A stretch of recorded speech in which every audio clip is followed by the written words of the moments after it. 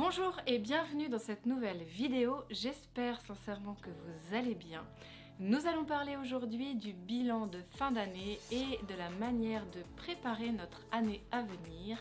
Sujet d'actualité puisque au moment où j'enregistre cette vidéo, nous sommes au mois de décembre et donc c'est le bon moment pour se poser un petit peu, faire le point sur l'année qui vient de s'écouler et puis se poser les bonnes questions pour que on puisse entamer la nouvelle année dans les meilleures dispositions possibles. J'aime bien l'idée que ces transitions un petit peu collectives que l'on vit ensemble, que ce soit la rentrée de septembre ou la nouvelle année, sont vraiment des moments un petit peu charnières où il flotte dans l'air, un air de transition et c'est intéressant de pouvoir surfer sur cette vague-là et puis d'utiliser un petit peu cette énergie collective pour soi-même, pour sa propre vie, de faire le point et puis de pouvoir construire aussi notre vie à travers ces grands événements, ces grands moments de transition collective. Donc aujourd'hui, on va se poser des questions très simples. L'idée c'est que ça ne nous prenne pas non plus 3 jours de réflexion intensive, mais qu'on arrive en quelques petites questions à faire le point sur l'année qui vient de s'écouler et puis encore une fois à se projeter de manière plus consciente sur l'année qui arrive. Je vais ici essayer d'aborder les choses sous un angle un petit peu différent. L'idée c'est pas de vous répéter ce que vous avez déjà pu entendre à droite et à gauche, mais de voir comment on peut être un petit peu original aussi, plus audacieux, sur la manière dont on va faire le bilan de notre année. La première chose que je voulais vous partager, c'est de vous poser un instant et de vous demander quels ont été les moments inattendus de l'année qui vient de s'écouler. Quels ont été ces inattendus, ces choses que je n'imaginais pas qui allaient arriver ou qui m'ont surpris ou surprise.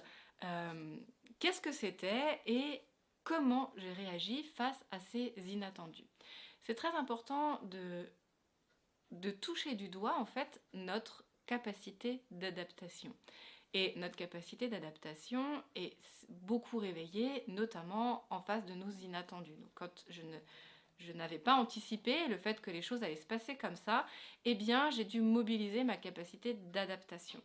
Donc deux choses possibles dans nos inattendus, soit c'était des inattendus positifs, donc des choses qui m'ont surpris dans le bon sens du terme, et dans ce cas on peut se poser la question de comment j'ai réagi en face de ces inattendus positifs. Est-ce que j'ai vraiment su apprécier le moment? Est-ce que j'ai su me détendre? Voilà, lâcher prise, savourer. Est-ce que j'ai bien pris conscience de la force de cet inattendu, du côté positif que ça a pu avoir dans ma vie?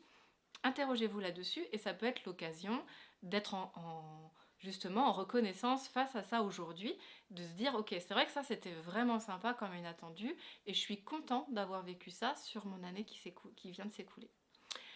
Et puis ça peut être aussi des inattendus plus négatifs, ou en tout cas qui nous ont pas forcément surpris dans le bon sens du terme, où on a dû un petit peu faire face, affronter, subir, enfin voilà, après suivant la force plus ou moins de notre inattendu, mais l'idée ici c'est vraiment de mesurer sa capacité d'adaptation. Où est-ce que vous en êtes aujourd'hui face à cet inattendu? Comment vous avez su faire face, vous adapter, gérer cette situation en face de vous? La vie est faite de milliers d'inattendus, donc je suis sûre que vous allez trouver au moins quelques exemples de choses qui ont pu vous surprendre sur l'année qui se termine. Ça, c'était la première chose, donc quelles ont été vos capacités d'adaptation sur l'année 2024 et qu'est-ce que ça vous apprend sur vous-même en fait? Du coup, quelles sont les ressources que vous avez su mobiliser? Si vous l'avez fait une fois, vous êtes capable de le reproduire et puis ça vous en apprend un petit peu plus sur vous-même. Donc c'est intéressant d'aller se poser cette question. Deuxième point que l'on peut se poser pour faire un bilan de son année, c'est quelles ont été mes petites victoires. Et je ne parle pas ici de grands succès, de choses époustouflantes, mais plutôt de choses que vous avez su tenir sur la durée, que vous avez su tenir dans le fond de votre quotidien et qui ont fait quelque part la différence sous l'angle de un peu l'effet cumulatif, d'accord? Donc l'idée c'est vraiment parce que j'ai su tenir cette habitude ou manière de faire, eh bien ça a eu un effet positif sur ma vie. Voilà, c'est ma petite victoire, c'est-à-dire que c'est pas étincelant, c'est pas époustouflant, mais ça a quand même un effet positif sur ma vie aujourd'hui. Ça peut par exemple être dans une relation, le fait que j'ai su mieux gérer une relation, ou dans le soin que vous avez pu apporter à votre santé. Est-ce qu'il y a des habitudes sur cette année qui ont été profitables à votre santé, à votre épanouissement, à votre équilibre? Ça peut être sur votre gestion du temps, sur la manière dont vous avez pris soin de votre environnement, tout un tas de choses qui peuvent avoir eu un impact dans votre vie, qui ne sont pas encore une fois des grands succès, mais qui sont des petites victoires qui ont énormément d'importance. Donc quelles ont été ces petites victoires, s'il y en a eu, sur l'année qui s'écoule? Troisième chose que je voulais vous partager, que vous pouvez poser, ou en tout cas vous interroger pour faire le point sur votre année, c'est quel est le bilan énergétique de mon année 2024, là donc qui s'écoule. Ça veut dire quoi, faire son bilan énergétique? L'idée, c'est quelles sont les choses ou les moments qui vous ont vraiment donné de l'énergie. Les moments où vous vous êtes senti revigoré, où vous sentez que ça vous fait du bien, ça vous regonfle, vous êtes plein d'entrain, plein d'énergie, plein de positivité. Quels ont été ces moments? Et puis à l'inverse, quels ont été les moments qui vous ont épuisé? Les moments qui vous ont pris beaucoup d'énergie, qui sont venus vous consommer de l'énergie, beaucoup plus que ça ne vous en a apporté. C'est très important de se poser cette question parce que ici, ça vous permet de voir ce qui est profondément en accord avec qui vous êtes, avec vos valeurs, voilà, ce qui, dans votre quotidien ou même dans votre vie professionnelle, vous fait beaucoup de bien, et à l'inverse, ce qui vous cannibalise, j'ai envie de dire, donc qu'est-ce qui vient vous prendre beaucoup d'énergie.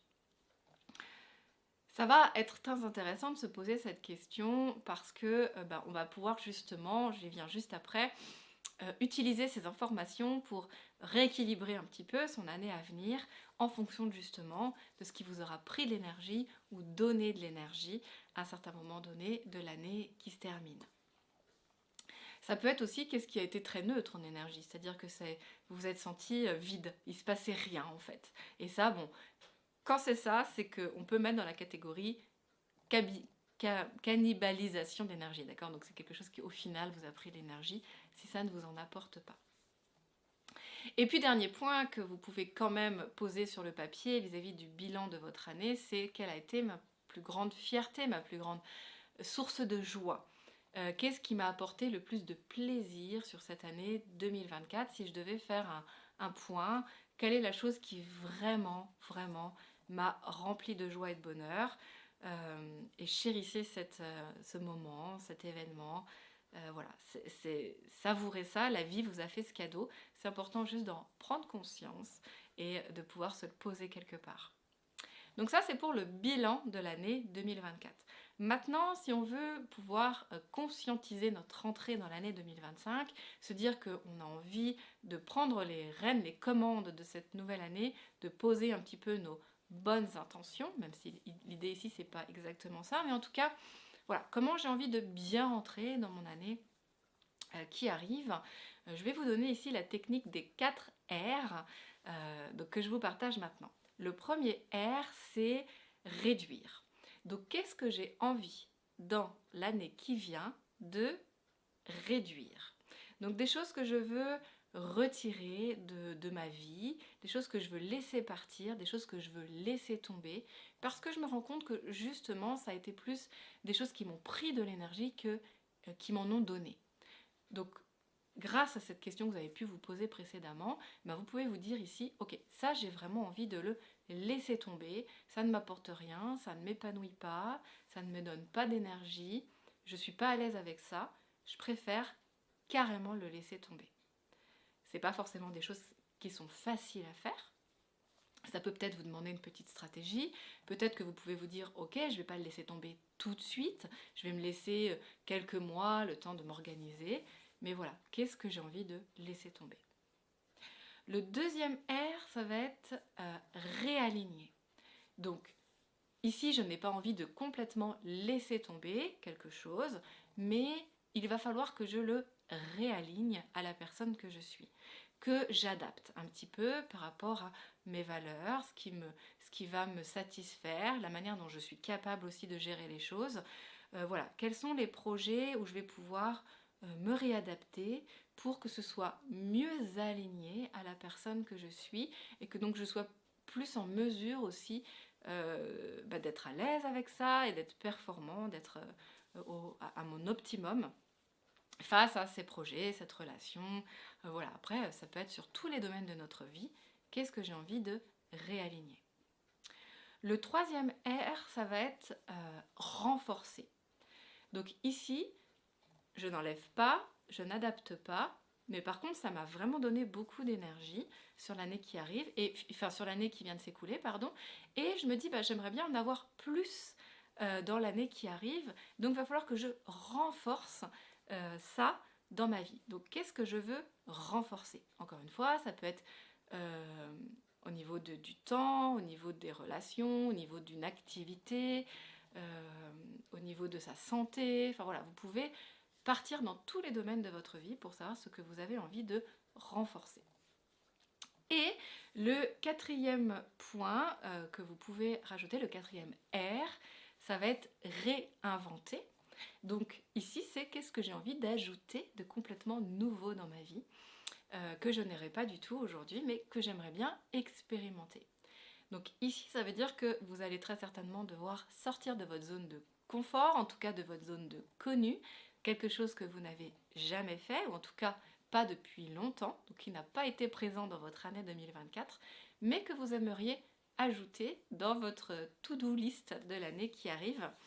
Ça peut être par exemple une nouvelle activité, ça peut être plus de sorties en nature, ça peut être plus à l'écoute, etc. Enfin, ça peut être plein de choses, encore une fois, très différentes et variées, que vous pouvez mettre dans le R de réinventer. Donc, qu'est-ce que je veux créer de nouveau dans ma vie par rapport à l'année dernière?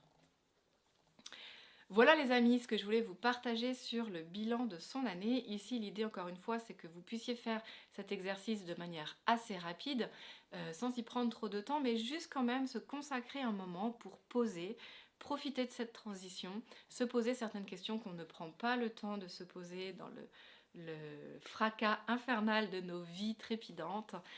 Ici, c'est le moment de pouvoir le faire, donc profitez-en. Je vais aussi vous mettre en lien avec cette vidéo un document où vous pourrez aller plus en profondeur si vous avez envie de prendre plus de temps pour vous poser toutes ces questions sur le bilan de votre année notamment. Je vais vous donner un document qui est issu du livre de Napoléon Hill qui est Réfléchissez et devenez riche.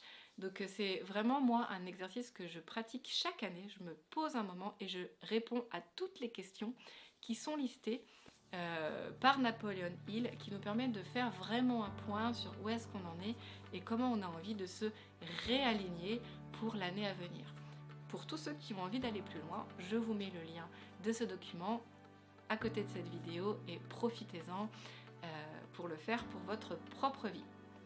En attendant, je vous souhaite de très très belles fêtes de fin d'année, profitez bien et puis moi je vous retrouve pour une prochaine vidéo avec beaucoup de plaisir. Ciao ciao.